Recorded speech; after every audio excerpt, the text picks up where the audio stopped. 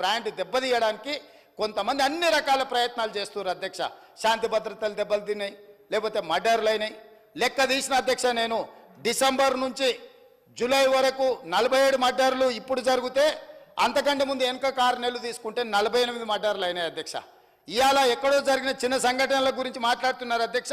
సింగరేణి కాలనీలో 6 సంవత్సరాల అమ్మాయిని గంజాయి మత్తులో రేప్ అండ్ మర్డర్ చేస్తే ఒక్కరోజు అని ప్రభుత్వం పోయి ఒక మంత్రి పోయి పరామర్శించండి అధ్యక్ష.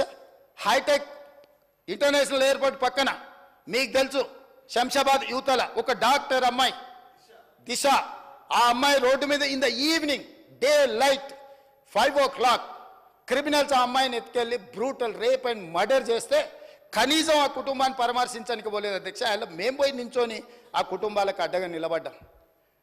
ఎన్ని హత్యలు జరిగినాయి నగరంలో. అంతెందుకు మొయినాబాద్ దగ్గర టీఆర్ఎస్ నాయకుడు ఒక మైనారిటీ అమ్మాయిని రేప్ చేసిన సంఘటన మీకు తెలియదా అధ్యక్ష?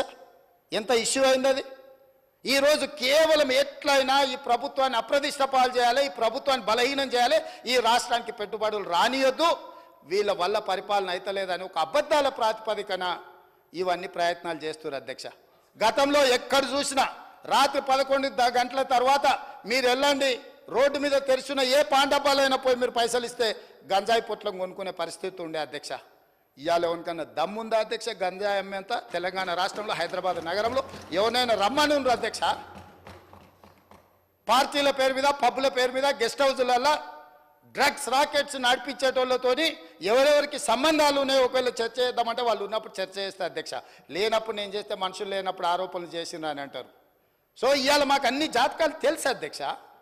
కొన్ని ప్రభుత్వంలో ఉన్నాం, బాధ్యతాయుతమైన పదవిలో ఉన్నాం కాబట్టి కొన్ని అంశాలు బహిరంగంగా చర్చించాలని ఆలోచన మేము చేస్తలేము.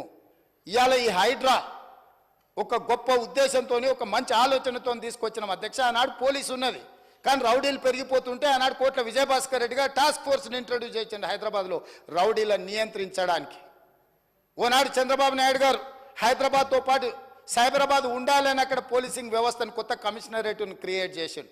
ఆ తర్వాత ఎస్ఓటి సైబరాబాద్లో వచ్చింది, ఎస్ఓటి రాచకొండలో వచ్చింది అధ్యక్ష. ఎందుకంటే ఈ అరాచక శక్తులను అందరిని కూడా నియంత్రించడానికి, అసాంఘిక కార్యకలాపాలను ఆపడానికి. అట్లనే యాంటీ కరప్షన్ బ్యూరో వచ్చింది, అట్లనే విజిలెన్స్ అండ్ ఎన్ఫోర్స్మెంట్ వచ్చింది, అట్లనే ఆక్టోపస్ వచ్చింది, అట్లనే గ్రే హ్యాండ్స్ వచ్చింది. ఇవాళ అట్లనే కాంగ్రెస్ పార్టీ ఒక ఉద్దేశంతో సమాజానికి ఒక విస్తృతమైన సేవలను అందించడానికి ఈరోజు హైడ్రా తీసుకొచ్చింది. ఈ హైడ్రాని ఐజీ కాడర్ ఆఫీసర్ అప్గ్రేడ్ చేసి ఈరోజు హైదరాబాద్ నగరాన్ని, ఈ ఔటర్ రింగ్ రోడ్డు లోపల ఉన్న కోర్ అర్బన్ రీజియన్ని 12 జోన్లుగా విడగొట్టి 12 స్థాయి కలిగిన అధికారులను నియమించి కంప్లీట్గా ఈ కబ్జాదారులను, ఈ అడ్డగోలుగా వ్యవహారాలు చేసే వాళ్ళని నియంత్రించడం కోసం ఇవాళ ఒక మంచి ఉద్దేశంతో ఈ చట్టం తీసుకొచ్చినాం అధ్యక్ష. ఈ నగరానికి ఒక అద్భుతమైన బ్రాండ్ ఇమేజ్ క్రియేట్ చేయడానికి ఈ ప్రభుత్వం ప్రయత్నం చేస్తుంది. ఎస్, డెఫినెట్గా కొన్ని పనులు చేసేటప్పుడు కొంతమందికి అభ్యంతరాలు ఉండొచ్చు, కొంతమందికి సంపూర్ణమైన అవగాహన లేకపోవచ్చు. ఇవాళ జిఐఎస్ సర్వే జరుగుతుందంటారు. ఇవన్నీ కూడా ట్యాక్స్ ఏవియేట్ చేసే వాళ్ళ ట్యాక్స్ ఎగ్గొట్టి, అంటే పన్నులు చెల్లించే వాళ్ళు బిల్డింగ్ తక్కువ చూపించేసి చూస్తున్నారు. వాటి అంతస్తులను అంచనా వేయడానికి, ఫ్యూచర్లో వాళ్ళకి సరైన సేవలను అందించడానికి ఒక అంబులెన్స్ కావాలన్నా, ఒక స్విగ్గీ